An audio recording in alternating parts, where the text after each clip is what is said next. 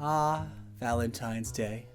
A somewhat arbitrary day that we humans have collectively agreed symbolizes love and flower and chocolate, sugar crap, because nothing says I love you like trying to make your significant other obese. And really, we all know what Valentine's Day really is. Pointless commercialism. If you need the markets to tell you to love people, there's something wrong with you. But regardless of our late-stage consumerism slowly leading to the end of Western civilization, Valentine's Day is an excuse to talk about the topic that best helps my analytics: Pokemon. And seeing as this is the most romantic day of the year, what else is there to discuss but our favorite flowery friends?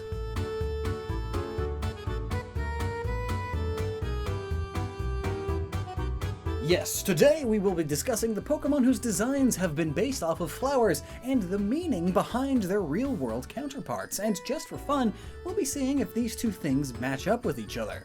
But first, a quick lesson on the language of flowers. For many millennia, the more poetic and philosophical of us have found deep meaning in the colors and nature of flowering plants, and have applied meaning to them. You likely already know some of it, such as the symbolism of the red rose, passion, and love, romance.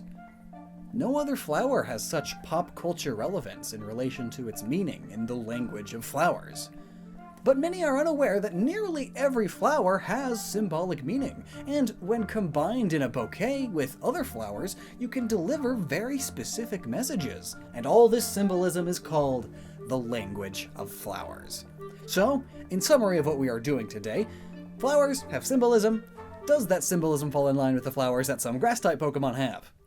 Well, let's find out, starting with Meganium. The flower petals around its neck are inspired by the geranium genus of flowers, which is where part of this Pokemon's name comes from. Geraniums have several different and sometimes conflicting meanings, such as folly, stupidity, gentility, ingenuity, melancholy, bridal favor, unexpected meetings, expected meetings, preference, and true friendship, all depending on the colors used. The pink variety, the ones used on Meganium, are said to be good in love potions. Yeah, love potions. The language of flowers can get pretty hippy-dip. But Meganium as a species does line up well with gentility and true friendship. It's a starter Pokemon after all, and it also fits as it's a peaceful creature that is often found trying to de-escalate potentially violent situations. Though the games and anime don't exactly show this kind of behavior, it's just mentioned. Also, every Pokedex entry on Meganium describes it as having a breath that can be used to revive dead plant life. While the real-life geranium is incapable of this because it's just a plant, the petals do release a sweet-smelling aroma when touched, which may match up with descriptions of Meganium's breath. Who's going around and just smelling Meganium's breath? Next up is Sunflora. This Pokemon is based off of, if you couldn't tell, the sunflower. The sunflower symbolizes adoration, happiness, loyalty, and longevity, attributes that are also contributed to the flower's namesake, the sun. Though I hear that despite these flowers being considered happy, they make Lucas quite sad. I wonder why that is. I hope we can find out someday, Nintendo. Either way though, Sunflora is happy as heck like always, almost never not smiling. Nice! Next, let's discuss Budew and all the symbolism behind the rosebud, which symbolizes beauty, youth, and a heart of innocent love. Now, Budew being a rosebud clearly is youthful, so there's that, but how do its evolutions hold up? The roses, as seen on Roselia and Roserade, one of my favorite Pokemon, symbolize love, honor, faith, beauty, balance, passion, wisdom, intrigue, devotion, sensuality, and timelessness. And on top of that, the different colors of a rose offer even more meaning. For now though, let's stick to the relevant information. The red rose is the ultimate signifier of true love, and has been used as such across Western culture, going all the way back to the ancient Greeks. Now as for the blue rose, funny thing, blue roses can't be found in nature, but they do exist. They are usually white roses that have their petals dyed.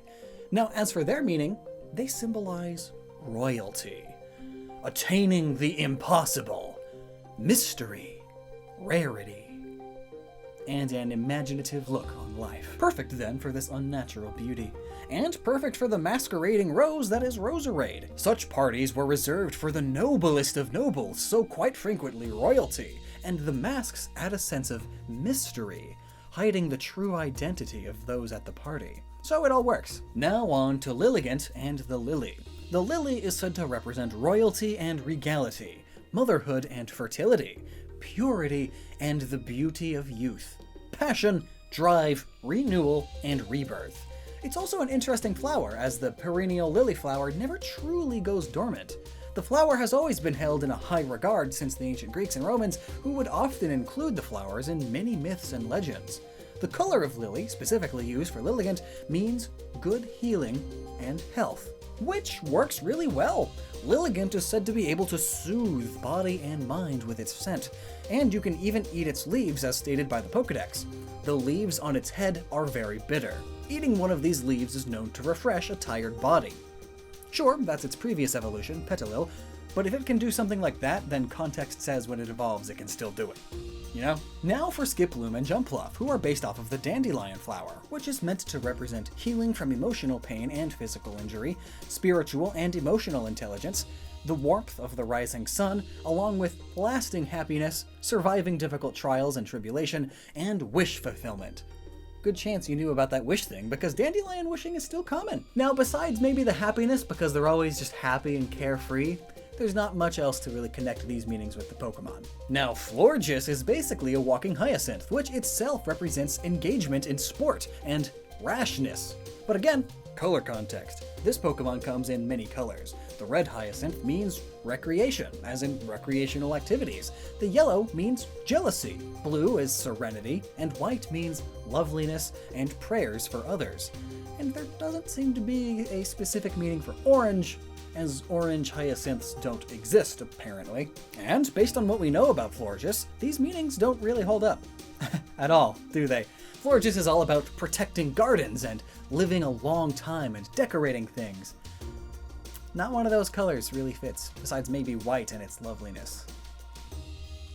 But how about its previous evolutions? Flabebe and Floette also have flowers of many colors, and they seem to be about as generic as you can get. They seem to most closely resemble this family of flowers, pronounced, oh geez, I didn't look it up. Cistaceae. Cistaceae. Anyway, 5 round petals, multiple stamens, a round pistil, and all that. As well as being European and coming in a wide variety of colors. They are also known as rock roses, and they symbolize popular favor, essentially meaning generically good.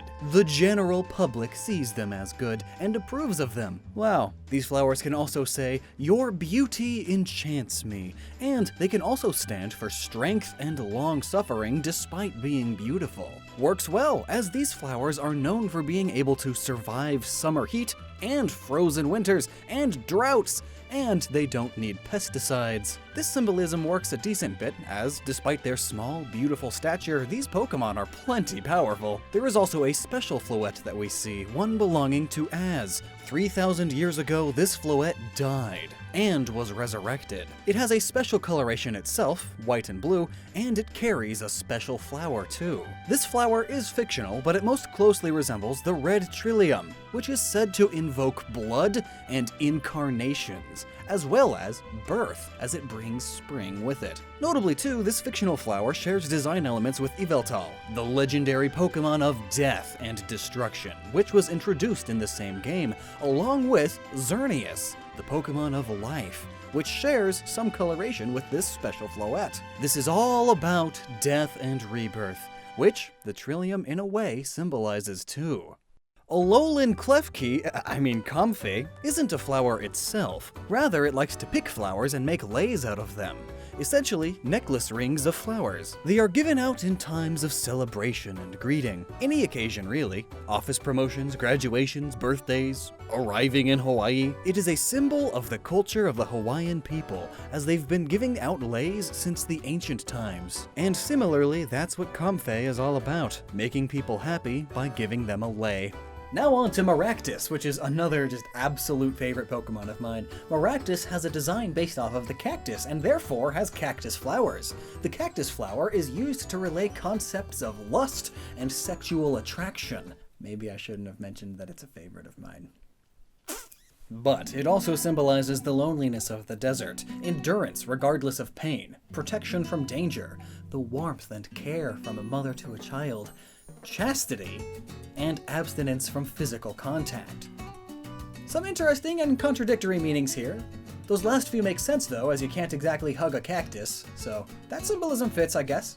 Perhaps also Maractus's more feminine design compared to the other cactus Pokemon also plays a role here with some of that earlier symbolism, but nothing in its symbolism seems to imply rhythm, dance, or music, which is what this Pokemon is all about.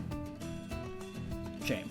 Cherim, specifically in its sunshine form, is a cherry blossom, also known as the Sakura Flower in Glorious Nippon. This lovely flower is a staple in all of your anime, and I mean it really... Are you even watching an anime if there isn't a scene with cherry trees? Or those dang cicadas? Anywho, the Sakura flower has been a symbol of remembrance of the short-lived beauty of youth, as shown by the flower's ability to bloom every spring, only to perish quite fast afterwards. Because of its repeated blooming, this tree is also a symbol for rebirth. This kind of goes along with Cherim, as it goes between two forms all the time based on the weather. Goes from a looking down, kind of bummed out, kind of old thing to youthful and cheerful and full of energy, only to become old and down again. So it works. It also works well with Sawsbuck and Deerling. They change with the seasons, and in spring, they too have cherry blossoms. Shaman has a special connection to flowers, so much that Game Freak made up their own flower for it, the Grossidea. However, this flower shares quite a bit of similarities to the Chinese hibiscus flower. However, while the hibiscus is a symbol of courage, rapid growth, and life, which would tie in very nicely to the transformation of Shaman into its sky form and its character development in its movie, the in-game flower, however, means thankfulness or gratitude. Also, I just noticed it's kind of spelt like gracias, which is thank you in Spanish.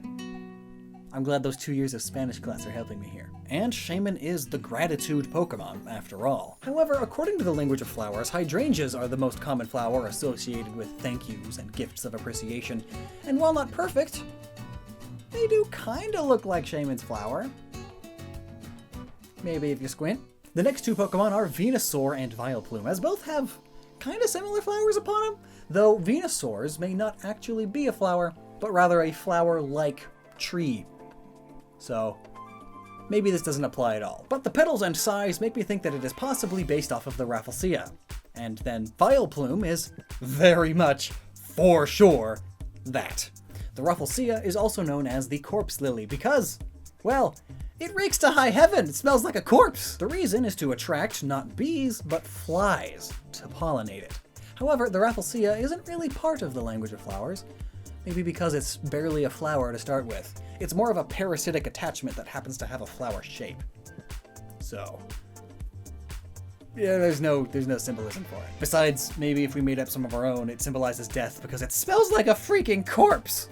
Same thing with Bellossom. It's a hula dancer with smaller Rafflesias on it, specifically the Rafflesia kythie, which similarly is a parasitic flowering plant with no meaning in the language of flowers, or otherwise. And to ramp things up, as this is like my favorite fun fact in this video, let's discuss Fomantis, Lurantis, and the Orchid.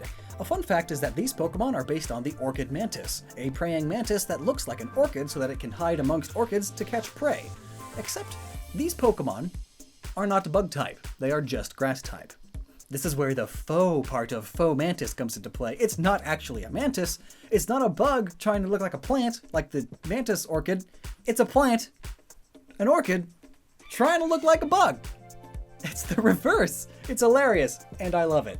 Anyway, the orchid has been attributed to love, beauty, fertility, refinement, thoughtfulness, and charm.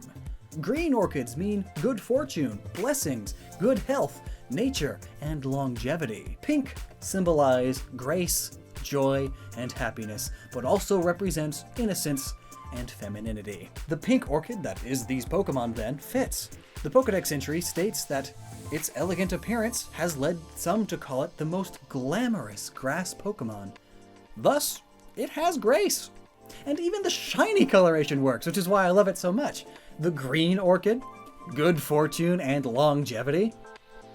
What else do you call shiny hunting? And with all that said, there you go. The language of flowers. Such a beautiful thing, applying meaning to plant genitals and all. So peaceful and wonderful. Perfect for this time of year, or any time of year. Why prioritize dates? Live, love, and life. As always. Don't care about your grammar. But yeah, live life and love life. Always. Not just at specific times of the year. Buy your girlfriend a flower. Or your boyfriend a flower. But it's Valentine's Day, so like... as expected. Do it any other time of the year, and it's like, wow, you must actually care.